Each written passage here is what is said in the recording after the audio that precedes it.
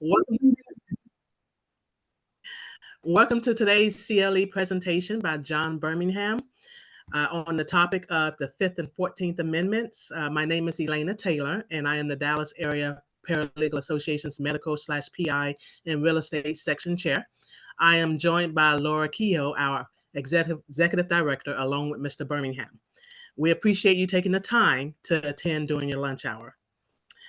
We also want to make sure that you are aware that we do have our general membership meeting coming up on next Tuesday, November 21st, along with some other CLEs in December.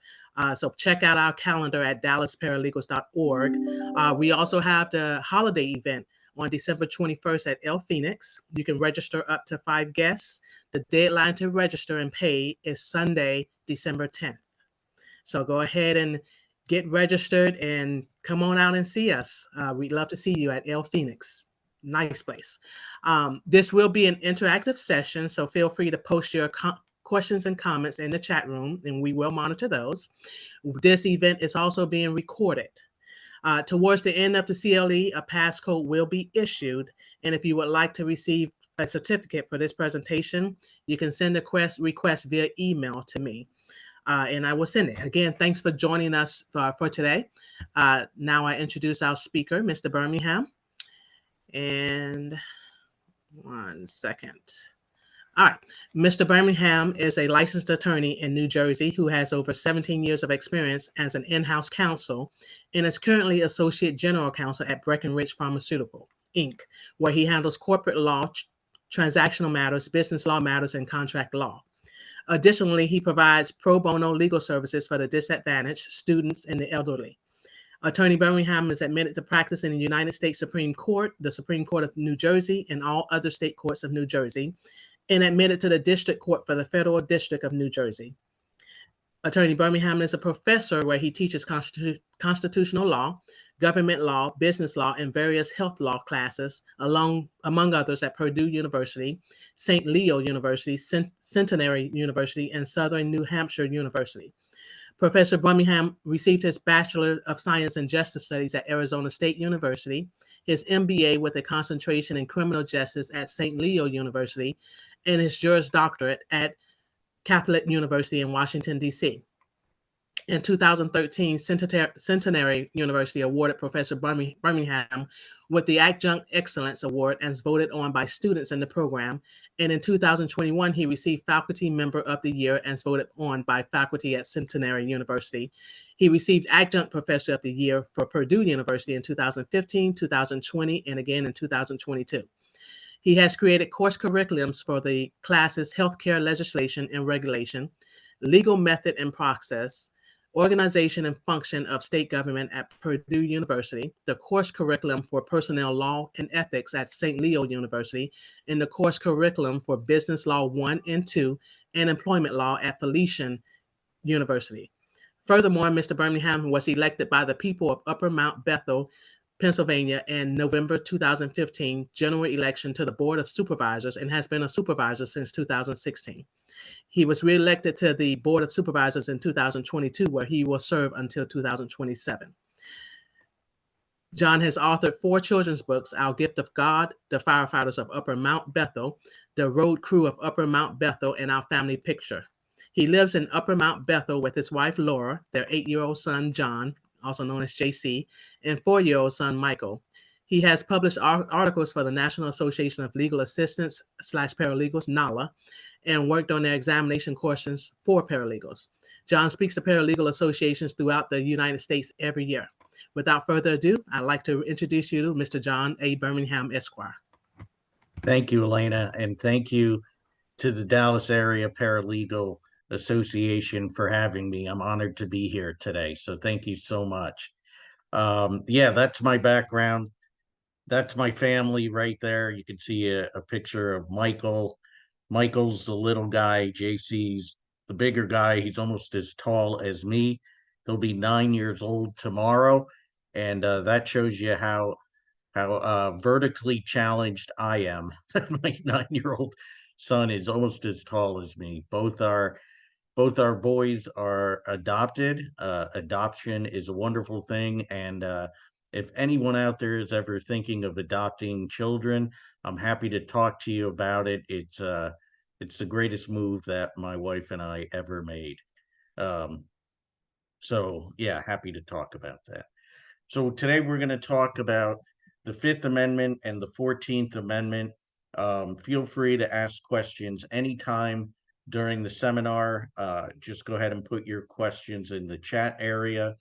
I will try and glance periodically, and I know Elena will be looking as well, so feel free to stop me if questions come up anytime. We can make this an active, engaging presentation today. So what we're going to talk about is understanding the Fifth Amendment and what protections are provided for those accused of criminal acts under the Fifth Amendment. And then we'll talk about the 14th Amendment, why the 14th Amendment was written, and what the incorporation doctrine means. And then if we have enough time, we'll go through some Supreme Court cases that were decided under the Fifth and 14th Amendment. If I don't get to everything today, I'm happy to provide a part two, but we'll see where this goes. I'll try and get through everything, but as questions come up that may lead us in a different direction, and it's my job to kind of keep us on target. So I'll do the best I can. So the question I have in front of all of you says, why does society need Fifth Amendment protections? And the cartoon says, if the truth will set you free, what's the deal with the Fifth Amendment? And what that's getting to really is the self-incrimination clause, what is known also as Miranda warnings, right? You hear people argue, hey, if I was ever accused of a crime I didn't commit, I would want to get on the stand and tell the truth and say I didn't do that. And yeah, that's nice to think about in a beneficial or truthful world, but as we know, sometimes people lie, or sometimes evidence is presented that may be illegally obtained. So when an attorney says, it's your choice whether you get on the stand or not, I would heavily advise against it. Just remain silent. That's done for certain reasons. So it would be nice if the truth will set you free and we didn't need a Fifth Amendment or a self-incrimination clause, but we do, and there's reasons for that. And we'll talk about that. So the Fifth Amendment basically creates rights that are relevant to both criminal and civil actions. It was put in place for criminal actions, but it does apply in some instances to civil actions. So in criminal cases, under the Fifth Amendment, this means that an individual has a right to a grand jury to see if charges are going to be brought forward. And whether the grand jury clause works under the Fifth Amendment, I'll let you decide that. But you may have heard the term you can indict a ham sandwich if you wanted to, because it isn't a high bar to get over. In a criminal case, of course, you got to prove the case. The state has to prove the case beyond a reasonable doubt. But even before it goes to trial, it goes it goes to a grand jury, excuse me, to see if a grand jury is going to indict an individual. So that is the grand jury clause of the Fifth Amendment. There's also a double jeopardy clause. There's a protection against self-incrimination. There's a due process clause in the Fifth Amendment.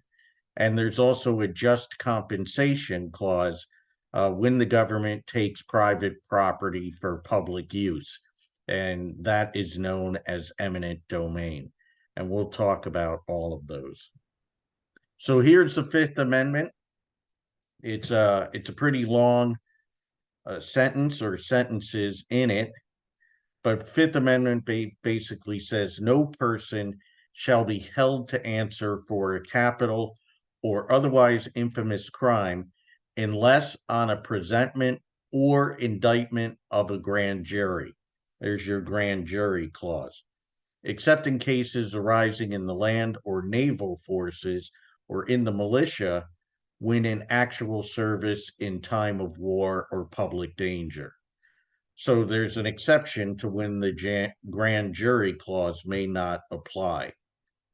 Nor shall any person be subject for the same offense to be twice put in jeopardy of life and limb. That's your double jeopardy clause. You can't be tried for the same criminal act twice under the same set of facts and circumstances. Nor shall be compelled in any criminal case to be a witness against himself. There's your self-incrimination clause.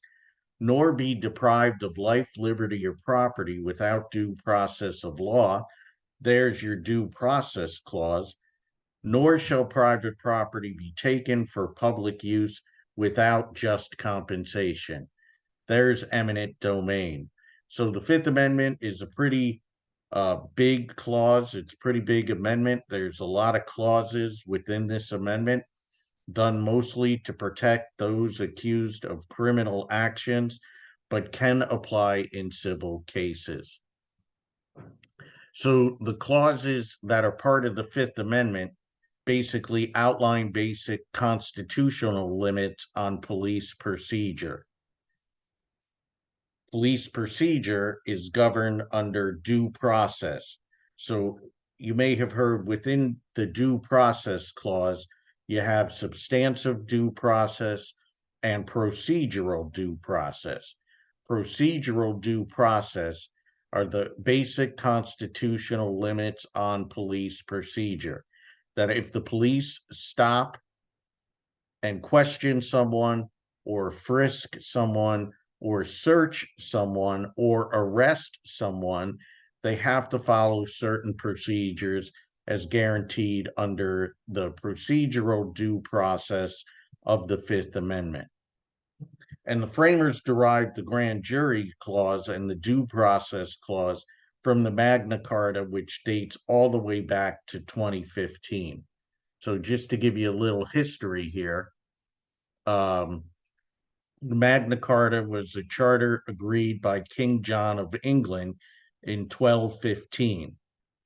And what it did is it protected church rights and protected the barons from illegal imprisonment, access to swift justice, and limitations on feudal payments to the crown, implemented through a council of 25 barons.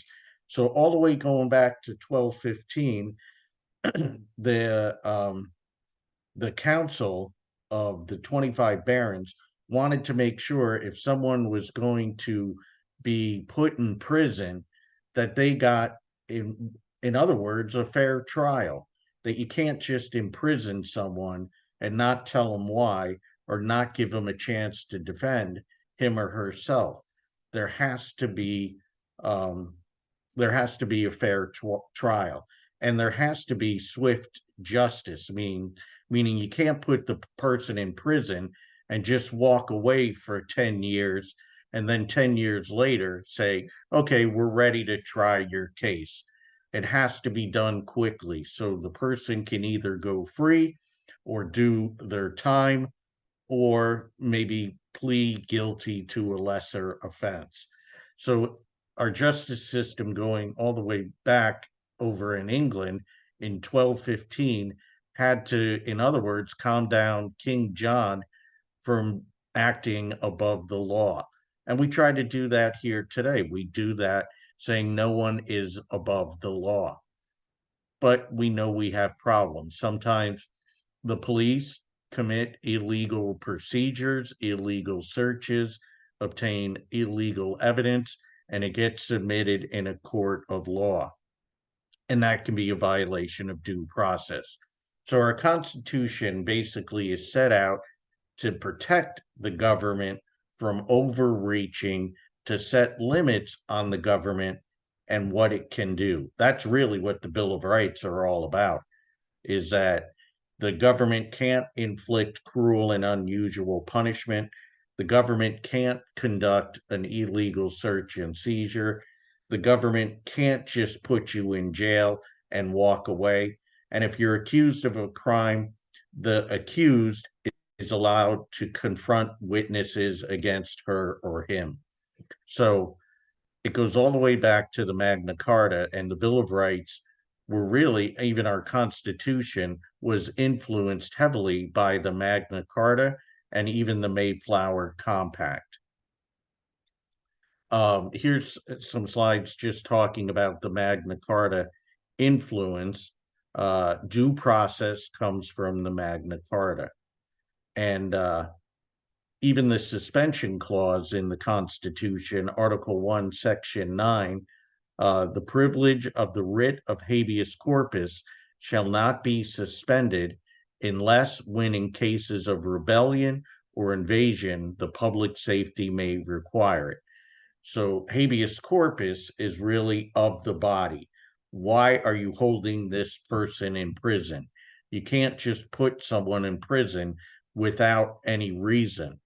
Though we have seen some presidents do that when there is a rebellion or an invasion or public safety is at issue. Abraham Lincoln suspended habeas corpus during the Civil War. President Roosevelt suspended habeas corpus during World War II. And George W. Bush suspended habeas corpus shortly after 9/11. So there are times, there are exceptions. And as you know, with the law, there are exceptions to all laws, right? Any laws. And but what our Constitution does, or what our Bill of Rights do, is to make sure that government is kept in check. It's almost a check for the people upon government. You know, we have our checks and balances with the legislative branch, the executive branch, the judicial branch. But how do the people have a check on government? Well, by voting, right? Because you vote for your elected officials, and also by the Constitution, and specifically the Bill of Rights. That's another check within on the government.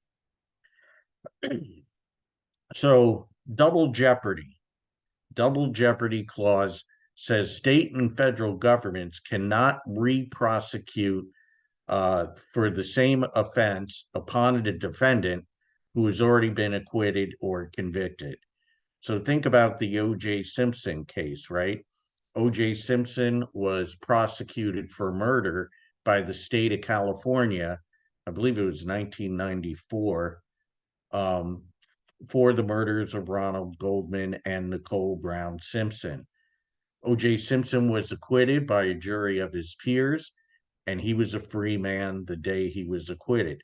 State of California can't come back and say, oh, we want to appeal. We lost and we're sure he was guilty, so we're going to try him again.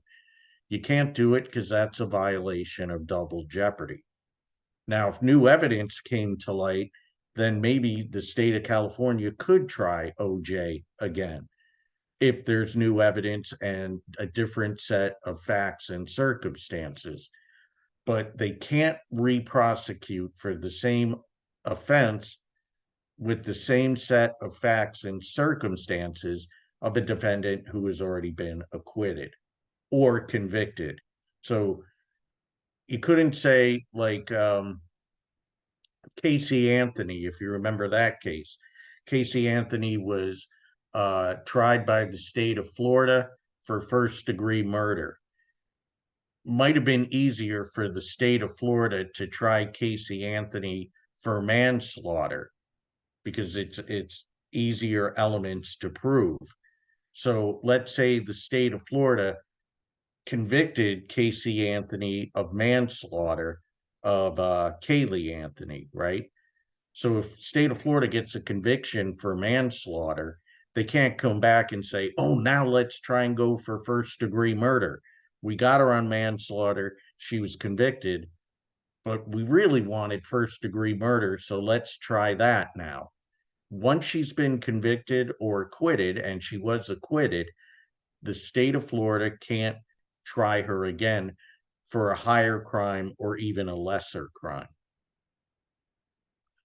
So there's two primary divisions of our legal system. There's the criminal side of it and the civil side of it. Criminal actions are basically set out to punish individuals for wrongdoing against society, right? Someone's freedom is at stake in a criminal case, where civil actions are basically in civil court to compensate victims with money damages for the injuries they suffered at the hands of a defendant. So an individual who's been acquitted in criminal court, like O.J. Simpson of murder, he's acquitted for murder in a criminal court, he can be sued in a civil court subsequently, which is not a violation of double jeopardy. So it would be a violation of double jeopardy if OJ was tried for murder, and then since they didn't get first degree murder, they then try second degree murder or manslaughter. It's a violation of double jeopardy. But it's not a violation of double jeopardy if OJ is convicted or acquitted in criminal court and then subsequently sued in civil court. They're two separate divisions. One, the criminal court, is where his freedom is at stake. The second one is a civil court to see if he's got to compensate the families of Ronald Goldman and Nicole Brown Simpson for the wrongful death. And that's what happened to O.J. Simpson. He was acquitted in the criminal case, but held liable in the civil case for the wrongful deaths of Nicole Brown Simpson and Ronald Goldman. And remember, there's different burdens of proof. In a criminal trial, the state's got to prove beyond a reasonable doubt. In a civil trial, the plaintiff only has to prove by a preponderance of the evidence. So there's two different levels of proof. Beyond a reasonable doubt is a much higher burden of proof than a preponderance of the evidence, which is really like half that. So this slide in front of you, I use 97%, you could say 95%, meaning that you're 97% sure O.J. Simpson committed the murder in the state of California. So you can have that 3% doubt, maybe he didn't do it. But once you go beyond that reasonable doubt of 3%, maybe you get the 5-10% chance doubt, then you've got to acquit. But 97% sure, maybe even 95% sure, there's no set number that the defendant committed the criminal act. Where a preponderance of the evidence, you only have to be 51% sure. That really what you're saying in a civil case under a preponderance of the evidence is that the defendant more likely than not committed the criminal act. So here's some constitutional protections under the Fifth Amendment not available in civil court. So no ex post facto law. In a criminal court, you can't have an ex post facto law. And an ex post facto law means, the example is, yesterday I wore a hat, right? Yesterday I wore a hat. And today the state of Pennsylvania, where I live, passes a law that you can't wear a hat. And then the state of Pennsylvania wants to criminally charge me with wearing a hat, even though I did it yesterday before the law was enacted. State of Pennsylvania can't do that. That's an ex post facto law. It's a law that they're charging me for after the fact occurred. But there's no ex post facto law protection in a civil court, or there's no prohibition against an unreasonable search and seizure in a criminal court. There's no prohibition of double jeopardy in civil court, right? Or unreasonable search and seizures in civil court. So here's the example that I have. I was kind of talking about it before. A defendant who is found not guilty of a more serious charge cannot have a second trial on the lesser included offense. So, like, for example, if D for defendant is found not guilty on a charge of felony murder, right? And maybe he's acquitted, D cannot then be tried for the underlying felony of robbery. So felony murder is when someone is killed during the commission of committing a felony. The felony here is robbery, and if a security guard gets shot, even though there was no intention to kill the security guard, it's still felony murder because someone was killed during the commission of a felony. But if the defendant is acquitted of felony murder, the state can't come back and say, oh, well, then we'll just get him for robbery. That's double jeopardy. But it's not afforded in a civil court. So that's why you can have an appeal process in a civil court by either party who loses the case, right? I mean, there's got to be some kind of reason for the appeal, like the law was misinterpreted or evidence, there has to be a mistake of law or evidence was improperly admitted. You can't just appeal because you lost. You got to have grounds for the appeal. But just know there's no prohibition against compelled self-incrimination. So in the O.J. Simpson case, he didn't have to take the stand in the criminal case. The state can't call him to the stand if he doesn't want to take the stand, right? Because that could be self-incriminatory. So he's got a right to refuse to go on the stand.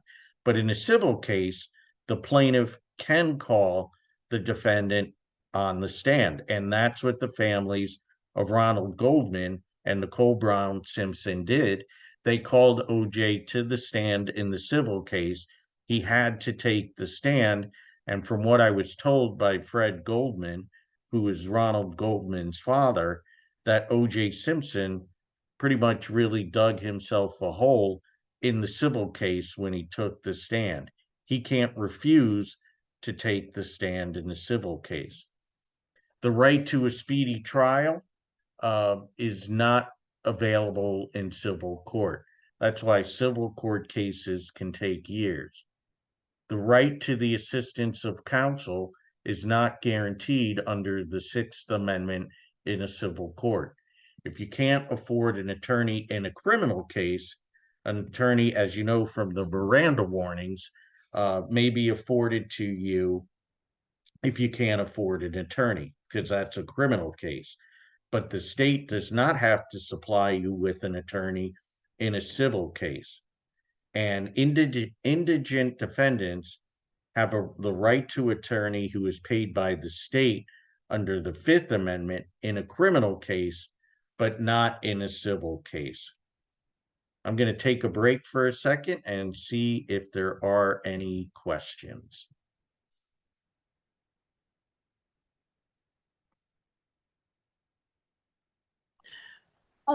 John, there was a question about whether or not someone can get the PowerPoint slides if you will make those available. Yeah, Elena, just shoot me an email after this Okay. and I'll send them to you tonight. Sure. Okay, sure will. Thank you. Thank you. So I see a question. What if a person is found guilty of embezzlement, but instead of going to prison, the judge orders restitution to the victim? But let's say the criminal does not work and does not pay the restitution. Can the criminal then be given an alternate sentence of jail time? I would say yes, because that's going to be, that could be contempt, that could be not following a court order. So yeah, good question, but yeah, that person can definitely be given an alternate sentence of jail time because it's going to be part of the conditions of the deal. You know, if you don't pay restitution, that you're going to do jail time if you don't follow through with what you say or what you promised. Good question. And I don't see any other questions at this time. Um, so why have double jeopardy protections? Why is this so critical in a criminal court? Because the government has superior resources. The prosecutor is funded by the state, he's paid by the state, where the defendant, unless he gets or she gets a public defender or a pro bono attorney, is paying for those legal costs. So the government, which could keep just trying and trying and trying its case against the defendant until they got a conviction, you're going to get one shot at it and that's it. And that's fair because the defendant has got to keep paying for the lawyers unless she or he is afforded an attorney by the state. Protects individuals from financial, emotional, and social consequences. If we didn't have double jeopardy, states could keep putting someone through the court system and keep trying them, and that person may be in jail for many, many years until either the prosecutor gives up or the prosecutor gets a conviction. It also protects the finality and integrity of criminal proceedings if the state could keep trying to get it right in trying a case again and again. Um, and it eliminates judicial discretion from imposing cumulative punishments not authorized by the legislature. Again, the Fifth Amendment and the Due Process Clause makes trials and our criminal proceedings fundamentally fair. That's what due process is all about. It's all about fundamental fairness. So let me talk about a classic double jeopardy case. And I'm already going to tell you I'm going to need a part two because I'm halfway through the presentation and I'm not halfway through the slides. So, Okay. That's perfect. We'll get it okay, scheduled. thanks. So the case of Jack McCall, it's a famous Fifth Amendment double jeopardy case. Jack McCall was accused of shooting Wild Bill Hickok in the back of the head in Deadwood, South Dakota, because Hickok insulted McCall by offering to pay for his breakfast. McCall had lost all his money in a poker game the night before. Hickok wakes up the next day and says, "Hey, you better let me buy your breakfast. I know you don't have any money. You lost it all in poker." McCall didn't like that and he shoots Hickok in the back of the head. At the time, the criminal act took place in Deadwood, South Dakota. That was Indian territory where the U.S. laws and jurisdiction did not apply. After the killing, a group of people held a trial and found McCall not guilty. McCall then takes off to Wyoming. The officials captured him and bring him back to the Dakota Territory, which was now a part of the United States. So he's tried again in the South Dakota Territory, and the court says double jeopardy is not violated because the city of Deadwood was not in the United States, right? South Dakota, which was part of the United States, was, but Deadwood was not. So legally, they only tried him at the time in Deadwood. They tried it when it was an Indian territory, but then when they tried him in South Dakota, outside of Deadwood, that was the first time the U.S. government actually tried the case.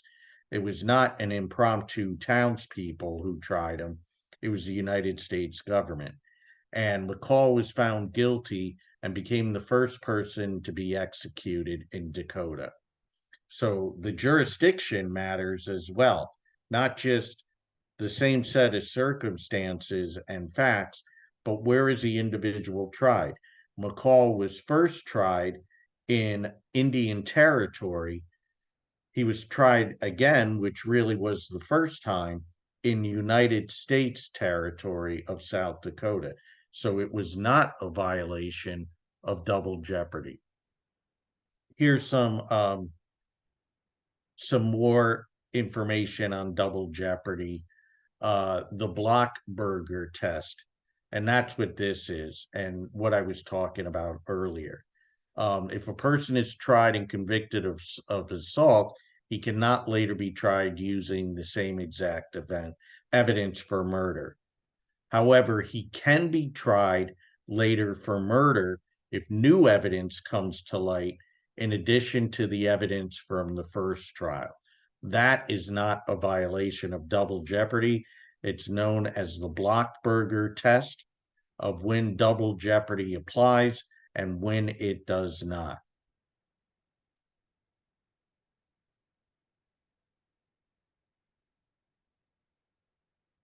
And what the Blockberger test says is that a person cannot be tried for lesser or greater crimes using the same evidence in subsequent trials. Any questions on double jeopardy before I move into self-incrimination?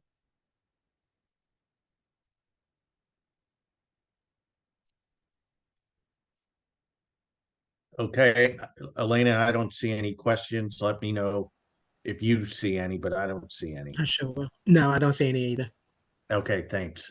You're welcome. Okay, self-incrimination is the Fifth Amendment's right that permits an individual to refuse to disclose information that can be used against him or her in a criminal prosecution. Why we have the self-incrimination clause is to stop or inhibit the government from compelling a confession through force, coercion, or deception. Self-incrimination clause applies to any state or federal legal proceeding, whether it is civil, criminal, administrative, or judicial. And what I mean by that is self-incrimination. If someone is about to say something or could say something that could lead to criminal charges, that's where the self-incrimination clause kicks in. And even if you're in the civil case, but you're asked a question that could lead to criminal charges, an individual has a right to invoke the self-incrimination clause, or in other words, to plead the Fifth. So that's where the self-incrimination clause kicks in. It's not just done at the time of arrest, right? Because if someone's arrested, obviously anything they say can and could be used against that person in a court of law.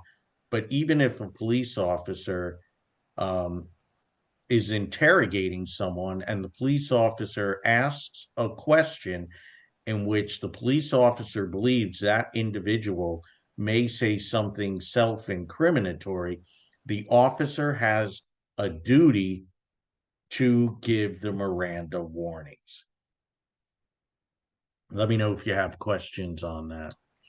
There is one question from Kendi Peltier. She says, I'm assuming international law is a different set of rules, but still protects us Americans under our rights. This is regarding double jeopardy. Yeah, good question. International law. Well, it's a tough question. Yeah, I mean, the Constitution doesn't protect U.S. citizens when they're on foreign land. Then the law of that specific country is going to apply, and possibly international law if human rights are at issue. So international law can apply if there's a human rights issue, but also that specific country's laws as well. So you may not, depending on what country you're in, you may not get double jeopardy protections the way you do in the United States. I hope that answers your question. Let me know if it does not.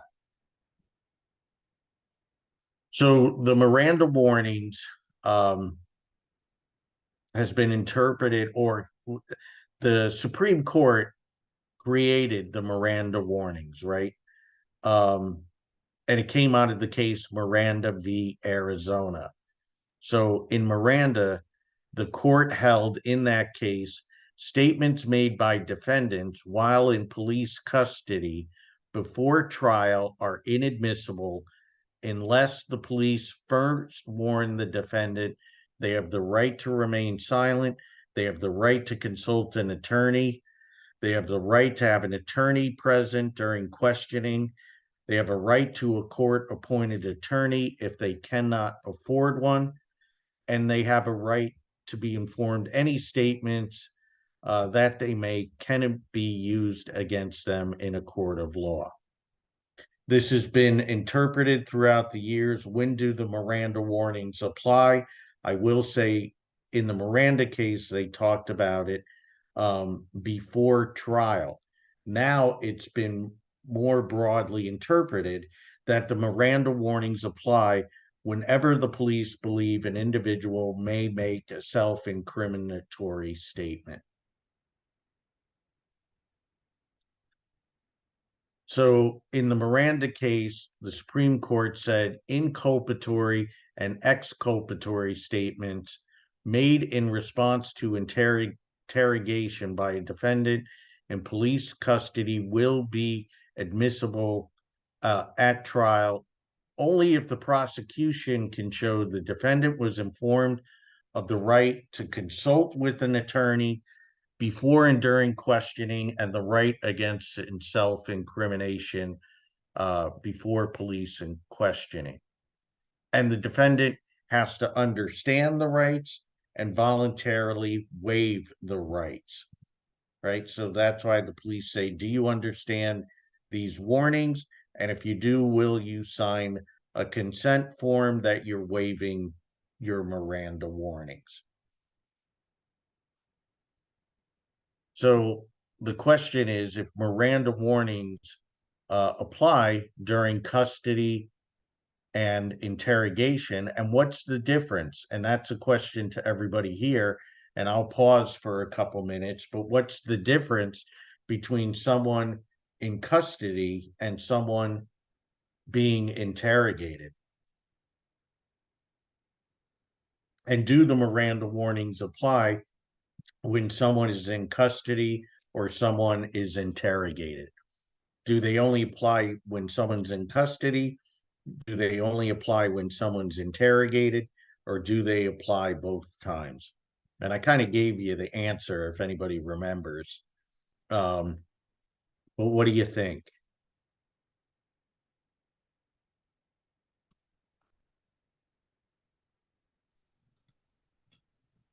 Let me I'll check jump the- in.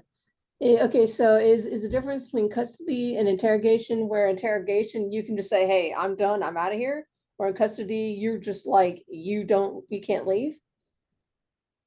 Yeah, it's a great question. I'm just looking at the chat area. So when someone's in custody, that individual knows that they don't have free movement at that time. They are being held by the police. So when someone is in custody, usually they're under arrest.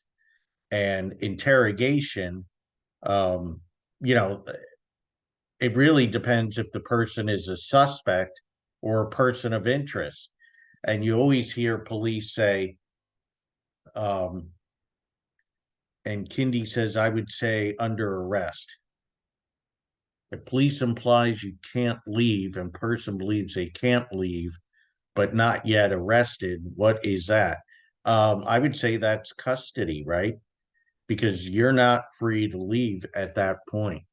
Let me just get to the next slide and I'll explain it more. So Miranda rights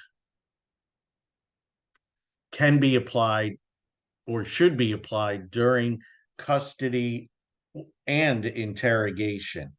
Custody is like I think it was might have been Kindy had said, is when someone knows they're not free to leave, usually under an arrest or a deprivation of freedom leading up to a formal arrest. Custody means that person does not have freedom to just get up and walk out. In interrogation, an individual can get up and walk out unless that person has been arrested. But that's why you hear police say all the time, this individual is a person of interest. If the police say this individual is a suspect, then they believe this individual may have committed the crime. So if they question a suspect, they got to give them Miranda warnings before even sitting down with the individual. If the person is a person of interest, we just want to talk to the person. The police don't know at that point whether the individual is going to turn into a suspect or not. I will say Now, this because, yeah, go ahead. I was going to say now, if they're just a person of interest, anything that they say, if they haven't been read their Miranda rights, is inadmissible, right? Maybe if the person is a person of interest and I just want to find out what happened the night of the party that so and so was killed, I'm just trying to find, I'm the police officer. I just want to find out what this person knew. If I sit down and I say, as a police officer, hey, were you at the party that night? And the individual, the person of interest says yes. Well, what kind of party was it? Or what did you see? And the individual says, well, I killed him. Oh man, he just made an incriminating statement. I Mhm. never got to read the Miranda warnings. The police and the state are going to argue that the individual was a person of interest. The police only asked him if he was at the party and what he witnessed, and the police had no idea he was about to make an incriminating statement. Therefore, the statement comes in because he wasn't a suspect. um, he wasn't a suspect, and the police had no way of knowing that the guy was going to confess to the crime when they didn't even consider him a suspect. So no Miranda warnings needed to be read. Where the defense attorney is going to say, anytime the police label someone a person of interest, that person is a suspect. Forget this title, person of interest. That person is a suspect, and the police should have read the Miranda warnings before even questioning the individual. So, and then it goes to a jury, and the jury decides who they believe or what's the fundamental fair outcome of the confession. Gotcha. Because you have the folks that come in, I guess you can say voluntarily, or they offer Yeah, that as a way for get the person down to the station. yeah, exactly. I'm a person of interest. I want to go help the police. I want to help them catch the bad guy. And all of a sudden, I get down there and the guilt is overwhelming me, and I admit to the crime. The police are going to have a good chance to get that confession in because I was only a person of interest. And I said I'd come down and talk to the police because I want to help them catch the bad guy. But who knows, who knew that I was the bad guy and I was going to confess to it.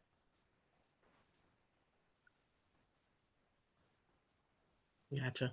All right. Good So we have some more questions. comments. We have some more comments in the Yeah. chat. Okay. Let me I'll go get them. Okay. Let me see. Okay. Um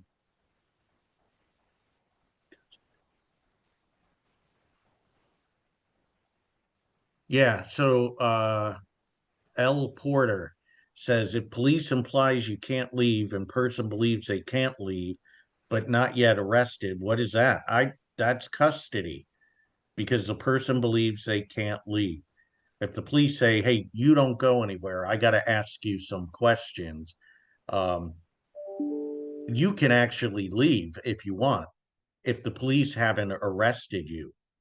But, people are afraid of police officers or want to help police officers or don't want to get arrested. So if a police officer says to me, hey, Birmingham, don't you move, I got a couple questions for you. At that point, I'm in custody because I feel I can't leave. But I'm a lawyer. I know, hey, I want to help, but I'm late to my doctor's appointment. Call me later and I'll answer questions. I can do that. But for someone who may not know their legal rights, that may be custody. But Kindy, because statements under arrest are inadmissible in court. Statements are admissible if someone is arrested, as long as they're given the Miranda warnings and they waive those warnings. Let me see, Joe. The protection afforded by the Fifth Amendment apply regardless whether you are in custody or being interrogated. Correct. Or given, we're not, custody means you don't feel you can leave and you're under police control. Yeah, that's exactly right, Joe. Your comment is right on the money. Yeah, and Kindy, that's exactly right. That's the reason for Miranda warnings. That someone who may make an incriminating statement is giving the warning, you have a right to remain silent. You do not have to say anything to police officers. Police can't make you speak if you don't want to speak. And if you ask for an attorney, police questioning has to stop right then and there. If you say, hey, I want to speak to my attorney, police have to cut off questioning. And the Miranda warnings, as stated by the Supreme Court, is really laws that the Supreme Court made up in a court of law that said the Miranda warnings have to be given so this self-incrimination clause of the Fifth Amendment is made aware to those who may make incriminating statements.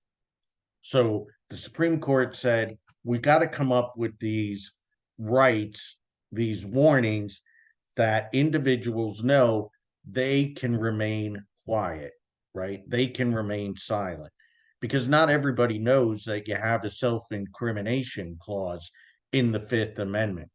So the Supreme Court came up with a list of warnings. They're not legislative warnings. Congress didn't write them. The Supreme Court came up with a list of the specific Miranda warnings that would, under procedural due process of the Fifth Amendment, make it fundamentally fair for those accused of criminal acts or those who may say something self-incriminatory. And here's a question that I'll leave you with is, are Miranda warnings fair protections to suspects? And I would even change that. I would even say, I would even say fair protections to individuals. So I'm revising my PowerPoint as we speak. Are Miranda warnings fair protections to those who may say something self-incriminatory? And it gets to my cartoon right in the beginning. If the truth will set you free, why do we need Fifth Amendment protections? Right? Why? If we all just told the truth, why would we ever need Miranda warnings? If you committed the act, admit it and face your punishment.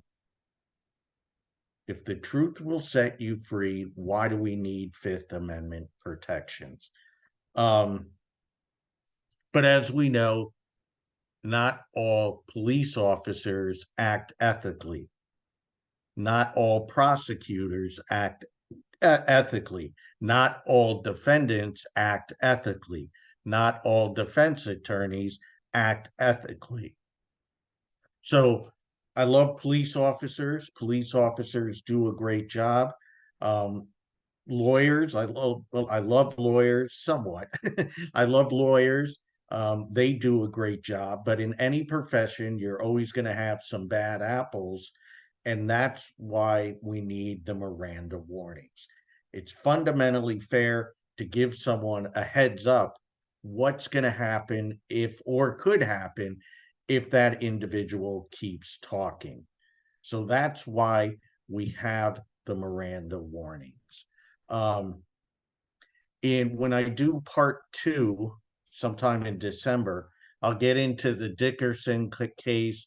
I'll get into Chavez v. Martinez.